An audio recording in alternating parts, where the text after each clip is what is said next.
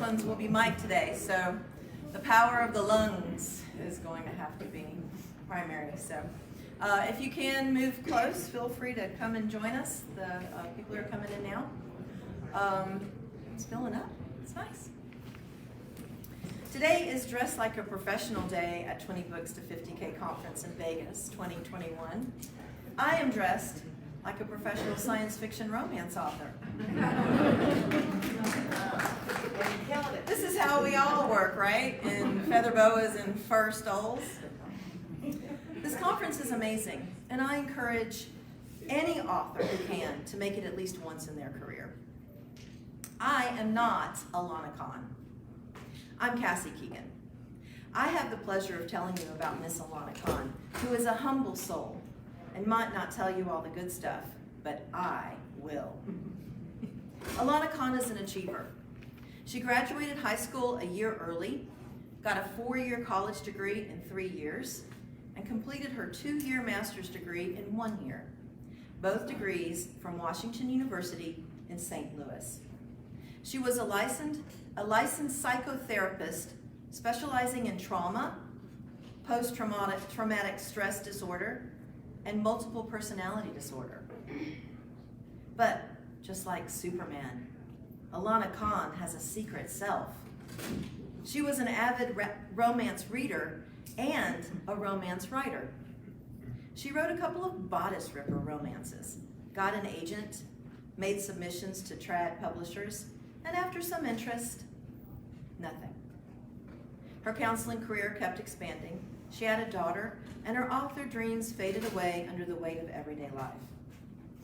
Creative Superman Alana stayed mostly hidden, coming out now and then to ride her pink Harley motorcycle, be a zombie in a zombie flick, and learn voice acting. Oh, and she can play the spoons really, really well. Fast forward to 2018. This is when Super Alana takes over from mild-mannered counselor Alana. She was nearing retirement and had a story in her head she couldn't let go. A science fiction romance starring a lion man gladiator named Tsar. She wrote Tsar and Anya's story and 4 others, immersing herself in her craft in every spare moment while working full-time. Things had changed a lot since she wrote her first books. She indie published Tsar, Galaxy Gladiators Book 1, in June 2019. 4 weeks later, she published her second book, Shadow, and 3 weeks after that, published her third book, Kyrie. Her books hit big. Our motto here is 20 books to 50K. Alana hit 50K in 60 days. Her life changed from that moment. She's not looked back. Alana retired her practice and writes full-time, pouring all her energy, focus, and drive into telling her stories. Super Alana has written 40 books in 6 series since Tsar and is going strong with ever more ideas of stories to be told. Please welcome Alana Khan.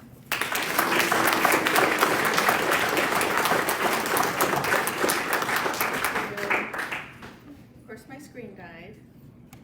There we go. So it's hard to hang on to my imposter syndrome after an introduction like that. Thank you, Cassie Keegan, whose first book is going to come out in March of 2022. She incidentally writes Alien Lion Men also, so what are the odds? So thank you all for coming. So from what Cassie just said, it should be obvious that my talk is going to be skewed in a couple ways.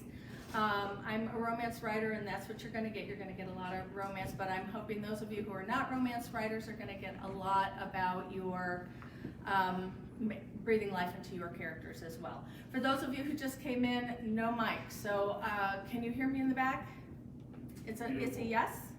Great. Okay. Also, I write het. I write male, female. When I talk about my heroes are going to be male, and my heroines are female. Those of you who write LGBTQ, just make the switch in your head. it's easier for you than me to make that change while I'm up here. So I would like to say you don't need a psych degree to write three-dimensional characters. You don't need a degree to understand people. It's what we do as authors.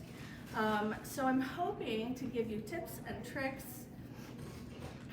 and additional insights to make your characters real and believable. And that also leads to real relationships. There are many good character outline templates out there. I've seen them, hundreds of them. They're on Pinterest. I think Scrivener have one, Plotter has one. They're all over. I don't get a lot out of those. If you do, more power to you. These are the things where you write down what color your character's hair is and their eyes and what they got on their report cards in 5th grade. Do they have verbal tics or bite their lips when they're nervous? And these things are great, but Dr. Wayne Dyer, who some of you may know is the guru of self-help for decades, talks about going to the grocery store down the frozen food aisle and seeing this beautiful package of broccoli and taking it home and ripping it open, and we don't eat the package. It's not, our characters are not just the exterior of what they look like, and what hopefully we'll be talking about today is what's inside, what drives our characters, what are their fears and desires. So in this talk, we'll be delving deeper. There's some up here, there. One thing that's been really interesting to me in my journey is, as an author, I thought everybody wrote like I did. And so I have discovered that everybody seems to have a different process. There's a couple way up here. Some people start with a trope, enemies to lovers, or the alpha hole. Some people start with a character. That's usually how I do it. A character kind of pops into my mind and I move on from there. I was just at the Books at the Beach conference with Millie Taden, who's also a romance writer. She has these great punny titles. So she has Curves 'em Right, Roar of the Worlds, Throw in the Growl, Scrooged Over. I'm not punny or clever like that, but she starts with those, and then she actually just starts with the title and kind of comes up with a story that fits that. Some people start with a universal fantasy. Those of you who've read The Seven-Figure Author by T. Taylor, where she says there are universal fantasies that people love to connect with, like coming of age, overcoming obstacles, winning from behind, or my personal favorite, banging the beast. So some start with a situation or a meet cute or a scene in their head, and some start where the whole plot comes barreling at them and they kind of have a beginning and middle and an end after a good dream or whatever it might be. For me, I almost always start with the hero, and when he's fleshed out in my head, I ask, who would be a good foil for this person? So Revik, my book that launched in October, I love to write angsty, damaged heroes. It's what I do. As Cassie told you, it's what I did for my entire career. I was working with angsty, damaged people. So Revik was my most damaged hero ever, and I felt like he needed as a foil a sunny, lighthearted female, which is hard to get in space because all the humans up there have been abducted themselves. But I did create a pretty happy, angst-free female to be his foil. And he was so damaged that I had to think, what kind of a woman would kind of be good for him? And I thought someone who had a lot of caretaker energy.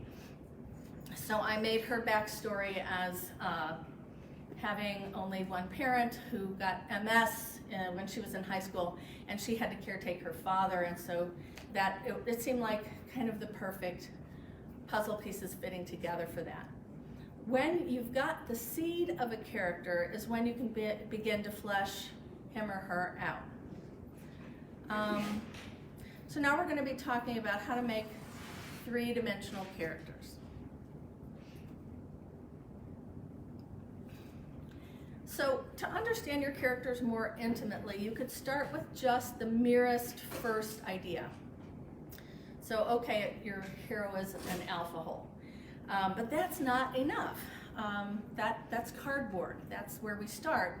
But to flesh that out, we need their flaws, their motivations, their desires, their hopes and dreams.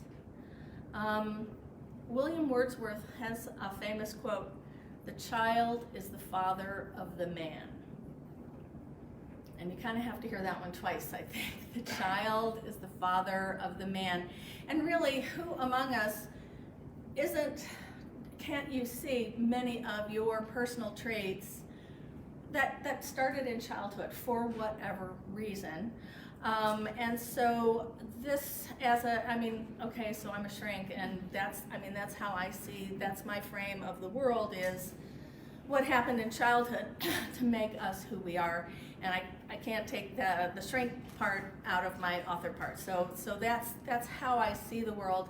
And when you start asking yourself questions about your characters, what made them so driven, or what made them so fearful, you can start maybe coming up with ideas of things that might have happened in their childhood that were the seminal moments that made them who they are now in your book.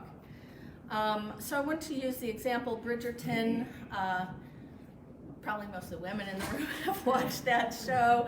It's a romance. Was it on Netflix? Okay. So Bridgerton is, the hero is the Duke, and he is a kind of an aloof, smug guy.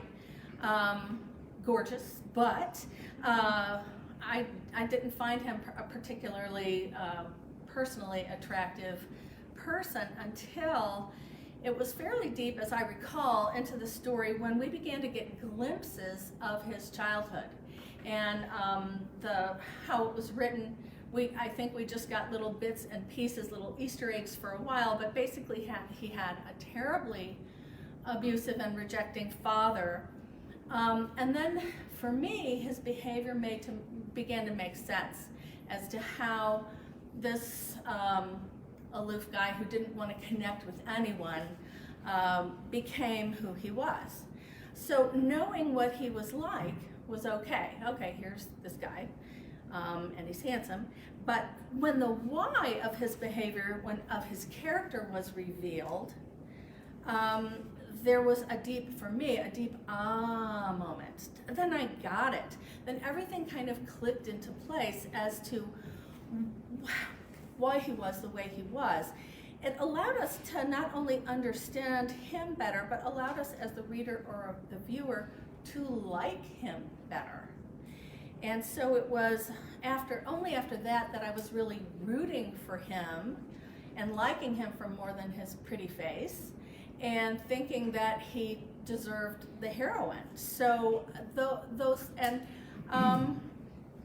we don't have to beat our readers over the head with all of the backstory, and sometimes we don't have to share hardly, we can have a pretty clear backstory in our mind, and we don't have to share all of that ever with our readers, but we should have some clarity as to why they became and how they became the way they are.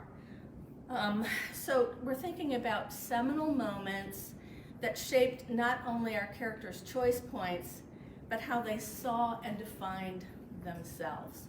So we're talking about a couple of things. So we're talking about things that happen in childhood for the most part, and then not just what happens, but now what is the label that I'm putting on it and defining what happened. Knowing who our characters are allows you to then build deep, real relationships into your fiction, romantic or otherwise. So when I know who you are, I know what drives you, I know what you strive for, then not only is this character much more interesting and three-dimensional, but the character's relationships are as well. So back to Bridgerton.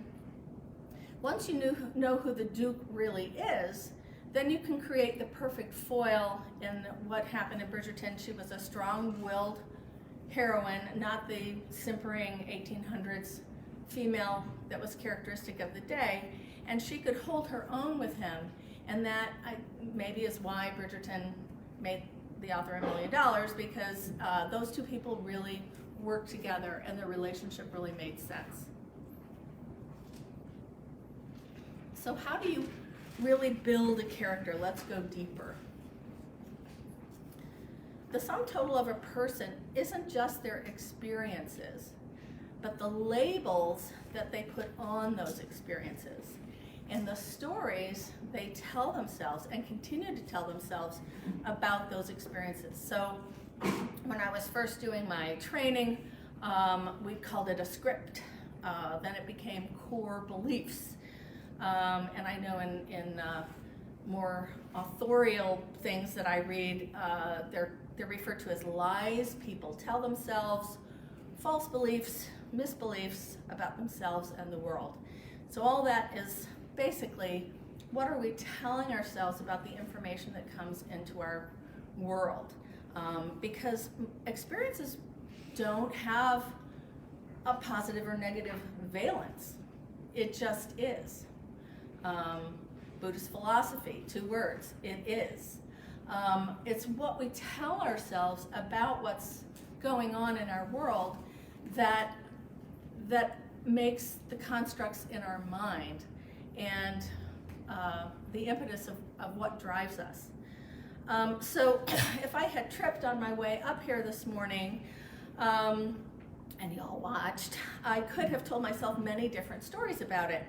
The world is against me, I can't do anything right, now I've ruined everything, or, well, it happens to everyone, no one will remember this tomorrow, except it's on tape, but okay. So it's not what happens to us, it's then how we narrate internally, not as the author, but personally, how am I making sense out of what happens? You can take 100 people who were abused as children, and they would all have different responses. Nature versus nurture. That was my specialty, was people who have been abused. And at least for the people that walked into my office, 99% of them never went on to abuse others. And yet when you look at the life of serial killers and that kind of thing, most of them were abused. So, but not every person who's abused becomes a serial killer. We all have different things that are even deeper than our personality that kind of help us become who we are. So here are some common misbeliefs that are very common for people. I'm unworthy, I'm unlovable, I'm not enough. I have a sign over my desk. Very few things are above my desk, but I have a sign that says I'm worthy. The world will always treat me the way it always has. I'm powerless to make changes. People always lie to you. Money is more important than people. I have to please my parents or society more than please myself. I don't deserve love, or I must work hard for love. Everyone deserves forgiveness no matter what they've done. And I'm not through with my list yet, but if you think about just what I've just handed you, I mean, there are books that could write themselves just with these little ideas. So think of a woman whose core belief is everyone deserves forgiveness no matter what they've done, in a relationship with a man who is has serial affairs. There's your book plot right there. Once you betray me, you're dead to me, is another belief. I don't have enough time. I don't have enough money. I'm weak. I'm a loser, I'm bad. I can't be my real self or people will judge me. I don't deserve good things. I don't make mistakes. It would be very hard to be in a relationship with somebody who really believed that. Or people always hurt me, and there are dozens more, obviously hundreds more.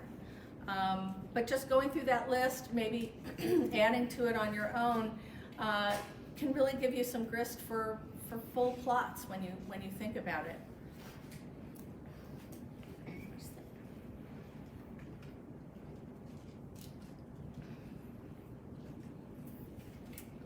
So sometimes where we get these, where we really swallow these core beliefs can be in one seminal moment.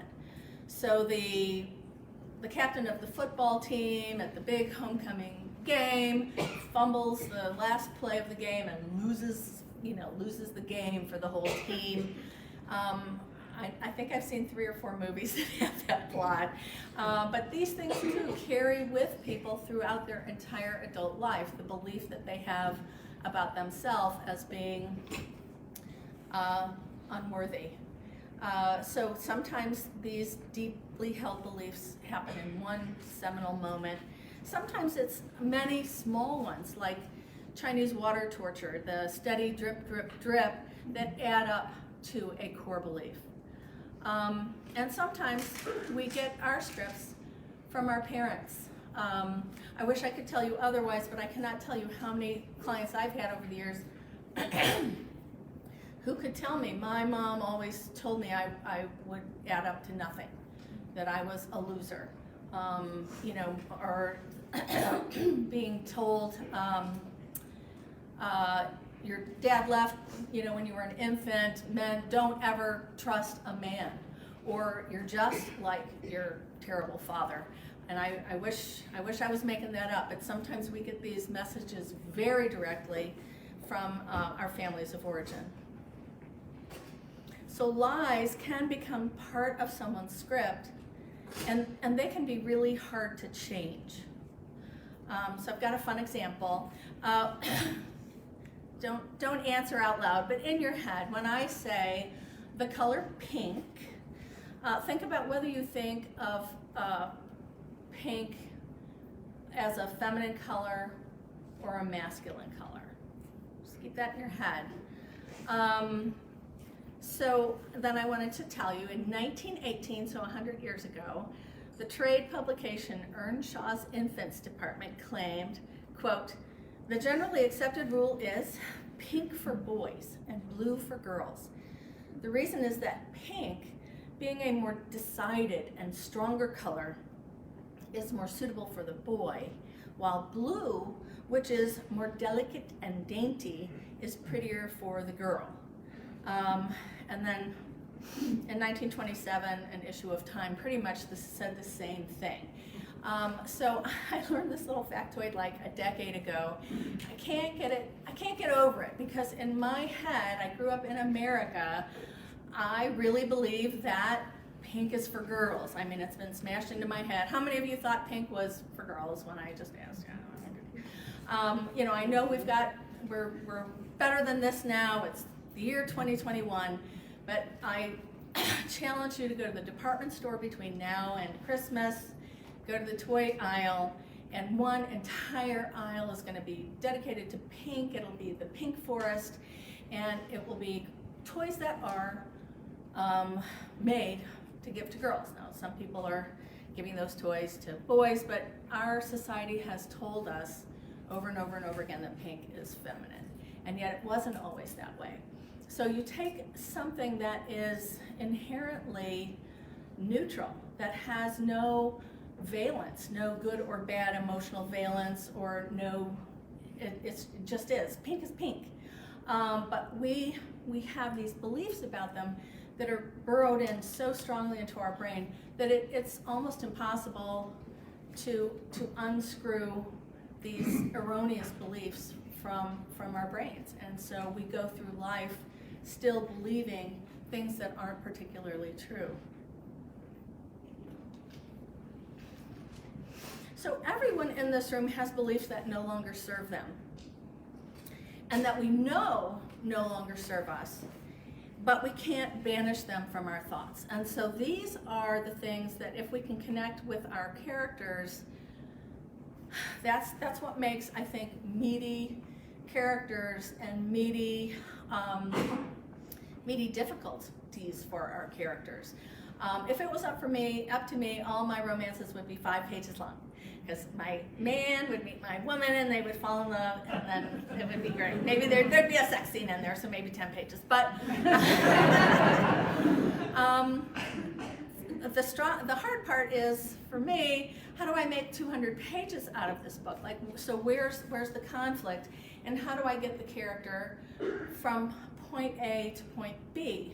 So we've got, in romance, you've got a hero and a heroine who have to make some kind of a character arc, and the relationship has to make that character arc. And so it's, sometimes it's these erroneous beliefs that get in the way. Now sometimes we just need a villain, or we need an earthquake, something that is not internally driven. But if your stories are less about the external drama, even if there is external drama, there's lots of external dramas in my book, but I also like to have the internal drama as well. So that's to me is the joy of reading romance, of seeing these people change, their lives change. They don't just fall in love, but they are better people on the other end of the book.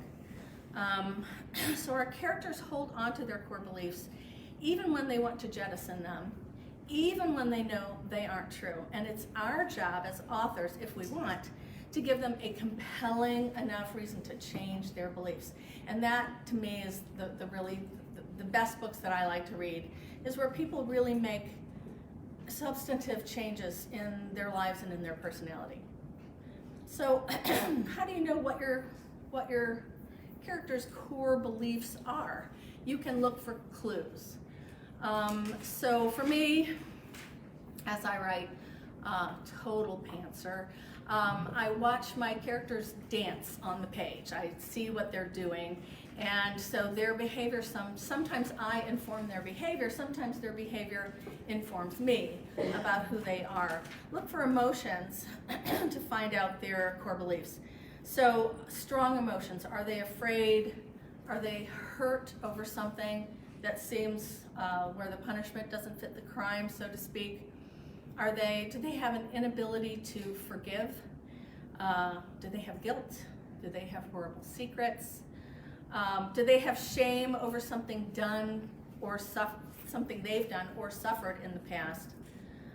So again, these aren't the lie that they tell themselves, but they're the products of the lie. They're hints and clues as to our characters' deeper emotions and issues. Conflicts can come up organically when your character bumps up against his wants versus his needs. So rather than coming up with difficulties in your plot that you feel like you're stretching and you're making things up, when you're really in tune with your characters, it's much easier to get in tune with things that really are more organic to the story. When you have some of your character's background and some seminal moments, plus their self-talk about those things, you have more clarity about who they are, and their behavior stems from this. By the way, when you have this, you've also figured out your story arc for that character, that their unhelpful core beliefs can change if you want them to, and how this happens. You can arrange circumstances so that by the end of the book, the character has changed and overcome their detrimental beliefs, and you as an author can provide the crucible for that change. And to me, that's the funnest part.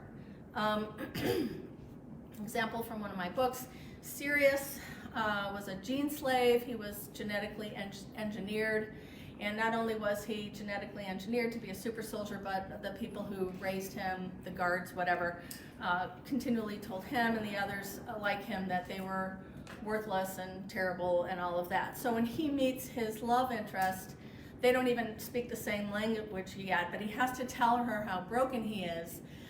So they're on this really primitive planet. He takes this shell and he bashes it and he shows her the broken pieces, and he keeps telling her, I am broken, I am so broken. So the climax of the book is when Aaliyah, the love interest, takes this rock. She says, this is my favorite rock. Look how pretty it is. It shines in the sun. It's opalescent.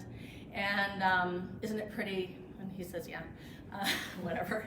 And so she takes the rock and she gets a piece of firewood and she bashes it. While she's bashing it, she's telling the rock how terrible and how horrible it is. And then she throws it in the fire and she covers it up with ash. And then she digs it out, pours water on it, and she said, it's still my favorite rock. And there's something about that moment that speaks to Sirius in a deeper, different way that allows him to unwrap that core belief that was jammed into his head a million times and become more able to feel worthy and lovable. So that's how I did that. Can you give the reader a hint at what the lie is that they're telling themselves and how entrenched they are in it? The experts say that you can often do this in your first act. You don't have to go into great detail. You don't have to rub your readers' noses in their history. You just have to kind of have a sense of your character's history. All right, let's talk about too stupid to live characters and too stupid to live moments. When your characters do something that's too stupid to live, and your reviews will have the TSTL. Nobody likes to read a review of their own that has TSTL in it, especially when it's in the word cloud. That's the worst, right? So when they do something too stupid to live or something vastly out of character, because you needed them to perform a behavior that wasn't consistent with how you've already portrayed them. That's not really what we want to do. So can you help your reader understand, for example, why the teenage girl walked into the dark basement when there was a serial killer loose and something went bump into the night? So you're watching the movie and you're like, don't go down there. If we had 5 minutes to just kind of discuss, we could probably come up with 100 reasons, good reasons, believable reasons, why she went down in the basement.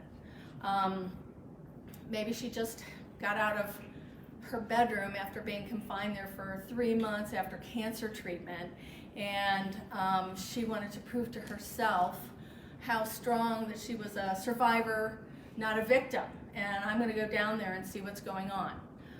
Or maybe she was having a sleepover with friends upstairs, and some of the other not so nice teenage girls were making fun of her, and she was going to show them that she was not a coward. There are hundreds of reasons why we could help our readers believe why she went down in that basement. So all we need to do is think it through just a little bit and help our readers. It can be a sentence. It can be at most a paragraph for those things that I was just saying. And now your reader's like, okay, not too stupid to live. That really makes sense. So we can help by knowing our characters a little bit more deeply and helping our reader understand our characters. You should never have another too stupid to live moment. So if you have a compelling character and you add a compelling motivation, your conflict and action can fall in line as you provide opportunities to show how your character went from point A, for example, loving money, to point B, being more invested in family than money. I mean, that was the plot of Scrooge, right? So that's what we are looking to do.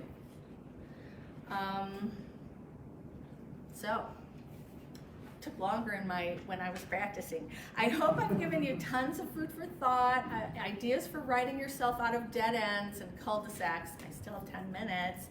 And I've given you more tools to create not only three-dimensional characters, but meatier relationships as well. And we have 10 minutes for questions if you want.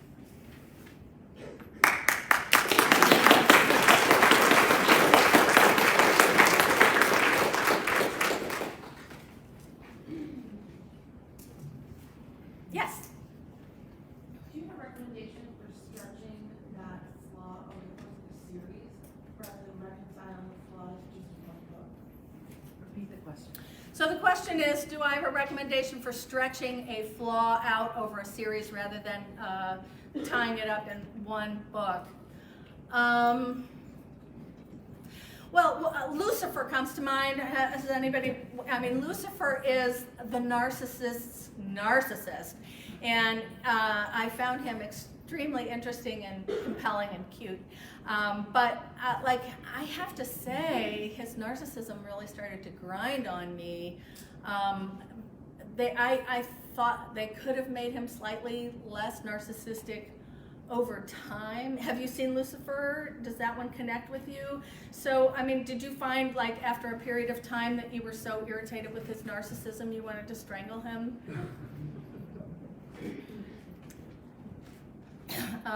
Do you think if the writers had kind of smoothed off some of his rough edges as we went along, that would have made it better viewing for you, maybe? Yeah, I'm just wondering if that is a compelling enough addition to the story. You know, if you're writing a series, how do you wrap up the story in one book while continuing the series with these characters who, in essence, in the second book would be unflawed? You just go on to a new core belief and tackle that. What is your genre? I actually write in mystery, but I'm thinking of branching out.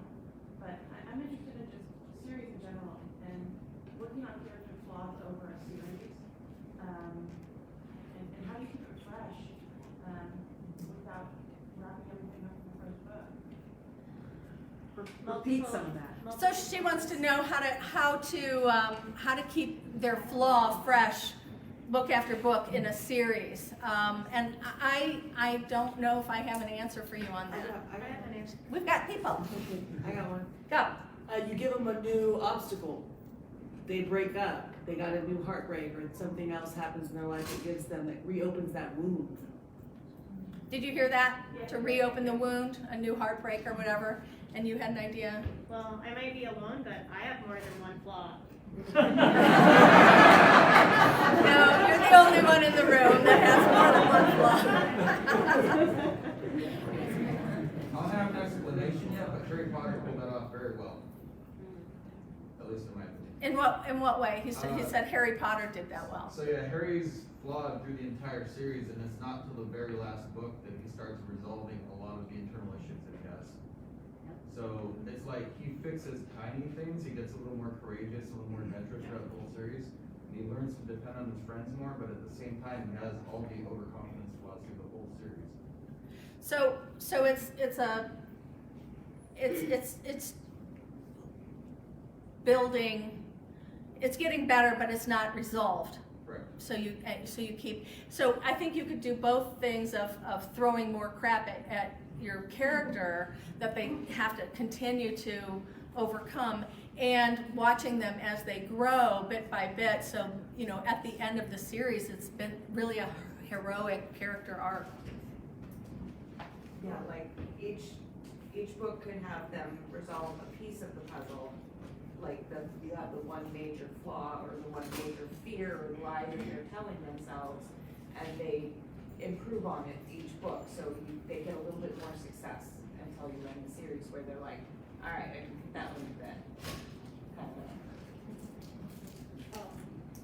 Nora Roberts E. Dallas does a really good job at that, because she's deeply flawed from childhood trauma and we all know to some degree that it doesn't go away. You just learn to deal with it. So she's constantly challenged by her work or her relationship with her love interest. And it's always something new that seems to push her buttons. And so over time, she grows in one way, but yet the flaw still exists, and she has to grow in another direction. But it still stems from the same childhood trauma. She just learns to deal with it sometimes, and sometimes she says, F it. But over several books, you can see where she's grown, but she still has to deal with the things that happen to her. And so it's fascinating how over time, she just learns to work with it to some degree. still not a perfect character by any stretch of the imagination. She's as human as the rest of us. Did everybody hear that? So it's growth, stumbling toward getting better. I think is what we all do. Reluctantly. Yeah. Oh, reluctantly. Okay. Any other questions or? Well, I would just say, yeah, you can take a step forward in one book and a step back in the next book, and then in the third book or subsequent book, basically bring everything to a crescendo. I mean, in my books, the first book, the hero in it, she defeats her sister and comes out the hero. But in the second book, the sister's still alive and still a problem, and there's other issues, and then she believes that she's going to solve some issues and doesn't. So now it's where she's behind again and has to come back in the third book to bring things forward. So. Right. It really is stumbling toward getting better, which we got 5 minutes left. Okay. And that's a raised hand. What? That's also a raised hand. Oh, okay. Can you talk about applying like well-rounded characters to villains? I mean, unless you do mostly romance and you don't necessarily have villains, as opposed to. Well, I was at the villain workshop, I think, yesterday, and so the question was, how do you do this to villains? Sometimes we just want an evil freaking villain, and I don't want to know his backstory. And sometimes it's so interesting to get the little Easter eggs, maybe, of why this person turned out to be so bad. When I was a clinician, I did a lot of research on sociopathy and psychopathy, and these are people who, there is something they've just found in the last 5 to 10 years. Their brains are broken. And so for some psychopaths and sociopaths, it doesn't matter whether their mama made fun of their little pee-pee when they were a kid. I mean, there is something broken in their brain. They do not have the ability to empathize. So, I mean, I can watch, I can choke you and see the lights go out in your eyes and just have no bad feelings about it because my brain doesn't work that way. And they're talking about empathy on a scale now. So I'm way up here on the highly sensitive scale, and I imagine many of you are too, because I think that's what makes us good authors, is that ability to empathize and put ourselves in other people's shoes and really understand other people's emotions, even though maybe such a thing has never happened to me, because sadly I've never been abducted by aliens.